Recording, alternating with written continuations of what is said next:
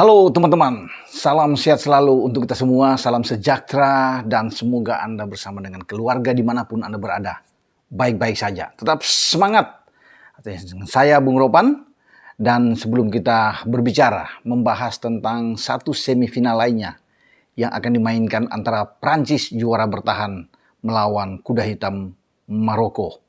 Saya menyapa para pendukung Argentina yang sudah pasti sedang dalam suasana gembira ketika Albiceleste atau Tango Argentina ini menuju ke babak final atau membooking satu tiket setelah menghantam Kroasia dengan 3-0 di Stadion Lusail pada dini hari tadi lewat brace dari Julian Alvarez dan satu penalti di awal babak pertama itu terjadi di menit ke-34 dari Lionel Messi. Jadi selamat buat pasukan Scaloni dan tentunya bagi W88 yang berada di belakang tim Argentina.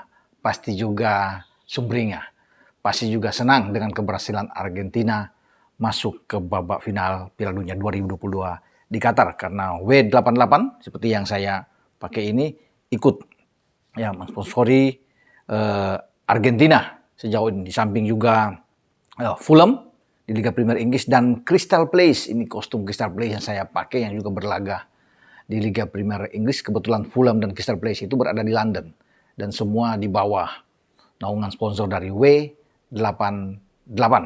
Oke, kita bicara sekarang tentang persiapan Maroko ya. Tim penuh kejutan yang menyingkirkan Spanyol, yang menyingkirkan juga Portugal. Tidak ada yang menduga sekarang mereka sudah sampai ke semifinal sebagai tim Afrika pertama sepanjang sejarah. Ya, dalam 22 edisi terakhir tidak ada tim lainnya yang mampu melakukan itu dan pada edisi 22 saat ini Maroko mencapai posisi puncak di mana mereka bisa ke semifinal dan juga ini sudah sejarah buat mereka. Bahkan masuk ke 8 besar aja sudah sejarah bagi Maroko. Ya, karena selama ini mereka belum pernah melakukan itu. Maroko itu terakhir dari 6 penampilan mereka ikut di Piala Dunia. Ya, mereka prestasi terbaik itu tahun 86 kalau nggak salah. Ya, itu di Meksiko mereka melaju sampai ke babak 16 besar sebelum disingkirkan oleh Jerman. Ya, kekalahan lawan Jerman itu dan membuat mereka out dan Jerman bisa melaju ke final tapi kalah di final melawan Argentina dengan Diego Armando Maradona. Jerman kalah dengan 2-3. Nah sekarang lah bagi Hakim Ziyech dan kawan-kawan ingin membidik sejarah lebih besar tentunya, melangkah ke final. Tapi sebelum ke final mereka harus bertarung melawan Prancis, juara bertahan di Rusia 4 tahun silam atau di 2018. Tidak mudah memang bagi Maroko, ya. Tetapi bagi Prancis juga harus berhati-hati.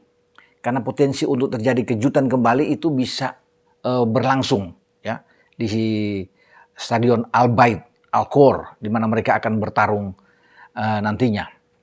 Bagi Maroko tentunya mereka masuk lapangan dengan lebih enjoy, nothing to lose sebagai tim underdog. Ya, pasti ini juga akan memicu atau memantik semangat mereka, motivasi mereka untuk melakukan hal yang bagus, hal yang terbaik, dukungan luar biasa dari seluruh rakyat Maroko yang saat ini tengah masuk dalam euforia ketika mereka bisa mencapai babak semifinal ini luar biasa. Pasti banyak juga yang berdatangan ke Qatar untuk terus memberikan dukungan terhadap tim kesayangannya.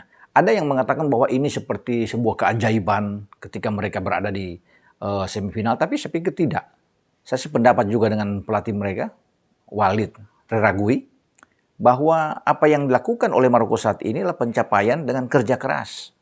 Ya, itu yang dia tanamkan dan disebut bahwa Maroko datang bukan sebagai tim penghibur di Qatar ini. Mereka cuma datang bermain di grup saja, kemudian pulang setelah itu. Hanya memainkan 3 pertandingan misalnya. Tapi mereka tidak bisa melanjutkan. Ya, ini sebuah tradisi yang selama ini tentunya terjadi bagi klub-klub di luar Eropa dan Amerika Latin. Baik di Asia atau di Afrika. Main 3 kali misalnya di grup keluar. Atau paling capai bisa mencapai babak 16 besar out. 8 besar out. Karena tim-tim di luar Eropa dan Amerika Latin itu yang paling pencapaian bagus sebelum Maroko melakukan ini adalah Korea Selatan di 2002 saat menjadi tuan rumah bersama Jepang. Mereka sampai ke semifinal tapi kalah lawan Jerman saat itu 1-0 dan mereka tersisih dengan An Jung Hwang dan kawan-kawan. Ya, wah ini pencapaian yang bagus dan sekarang sudah disamakan oleh Maroko. Ya, dan kita lihat bagaimana Maroko bisa melanjutkan lagi perjalanan mereka untuk menantang Argentina. Ya, kalau mereka bisa ke final kan luar biasa. Bisa aja ada juara dunia baru ya, yang bisa lahir di Qatar ini. Karena sejauh ini memang belum ada juara dunia baru. Terakhir juara dunia baru itu lahir pada 2010 ketika Afrika Selatan menjadi tuan rumah penyelenggara dan Spanyol, tim La Furia Roja, mengalahkan Belanda di final dengan 1-0 lewat gol Andres Iniesta saat itu, dan mereka menjadi juara dunia baru. Bergabung dengan Brazil, Argentina, Jerman, Italia, Inggris juga sebelumnya, ada Uruguay dan Prancis. Nah, sekarang Maroko ingin melakukan itu. Kita lihat ya, apakah Maroko sanggup? Ya, siapa tahu. Sepak bola semua bisa terjadi. Ingat, Maroko hanya kebobolan 1 gol sejauh ini, dan 1 gol itu kebobolan di gawang Yassine Bono terjadi saat menghadapi Kanada di fase grup dengan kemenangan mereka 2-1. Gol bunuh diri dilakukan pemain belakang Maroko, Nasir Aguard, ya, Nasir Aguard yang bermain di belakang. Nah, dia melakukan gol bunuh diri, dan 2 gol kemenangan Maroko ketika itu dibuat oleh Hakim Ziyech dan juga Yusuf Nesri. Nesri ini yang membuat gol tunggal ke gawang Portugal. Ya, ketika tandukannya masuk ke gawang Portugal dan membawa Maroko itu ke semifinal. Nah, sekarang bagi Walid Regragui, dia punya starting 11 yang bagus untuk menantang Prancis. Ya. Selain Bono di bawah Mister yang memang ciamik, ya, tampil sebagai salah satu penjaga gawang terbaik yang ada di Qatar sejauh ini yang saya lihat, di samping tentunya Dominik Livakovic ya dari Kroasia, ada Emiliano Martinez juga dari Argentina. Ini salah satu kiper yang oke yang menurut saya, ya, yang saya bisa lihat. Nah, selain Beno juga itu mereka punya 4 pemain belakang. Achraf Hakimi, apalagi pemain PSG ini, Paris Saint-Germain, ada di kanan, menjadi pemain yang kuat dalam bertahan dan kuat dalam menyerang. Kemudian di kiri ada Attila Olah di kiri. Kemudian mereka punya Romain Saiz, ya, yang bermain di tengah bersama dengan El Jamik. Namun Saiz ini mengalami masalah cedera sehingga ditarik keluar melawan Portugal. Apakah dia akan dimainkan oleh Walid? Ini yang masih menjadi tanda tanya. Seandainya dia tidak ada di belakang itu, memang agak berkurang, agak waspada memang. Hati-hati karena Romain Saiz sebagai kapten ke-11 ini yang sangat kuat, sangat tangguh. Selain disiplin, rapat dalam bertahan ya mereka. Dan itu saya bilang tadi kan, hanya ada 1 kebobolan lewat gol bunuh diri. Nah, itu karena Romain Saiz begitu kuat dengan Al Jamik. Memang mereka masih punya misalnya Achraf Dari, ya, yang main di babak kedua melawan Portugal, atau Nasif Aguard, bisa saja, tapi tidak sebagus Romain Saiz.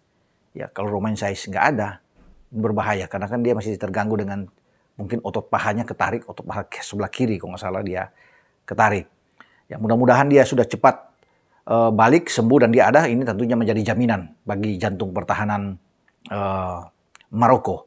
Di tengah mereka masih punya Amrabat ya di sana. Saya tahu ini pemain-pemain yang bagus. Ada juga pemain Soufani Boval, Ziyech yang juga berada di depan selain En-Nesyri, kemudian Amalah yang juga menjadi kekuatan mereka. Kemudian An-Nohi di tengah juga bagus. Jadi ini pasti nama-nama yang akan ditampilkan. Mereka ini yang tampil melawan Spanyol dan juga tampil melawan Portugal.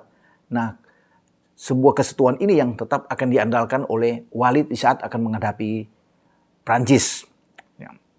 Dan memang tidak main-main kalau bisa melihat. Prancis ini lebih diunggulkan, ya wajar. Kedalaman skuad oke. Ya, sebagai juara bertahan juga. Namun sekali lagi, Portugal bisa memberikan pelajaran buat Prancis, bisa mengusir Prancis, memulangkan Prancis dari Qatar ini. Kalau Prancis tidak mewaspadai atau menganggap sebelah mata, tapi pasti tidak. Bagi Didier Deschamps sebagai pelatih Prancis, mereka pasti hati-hati sekali.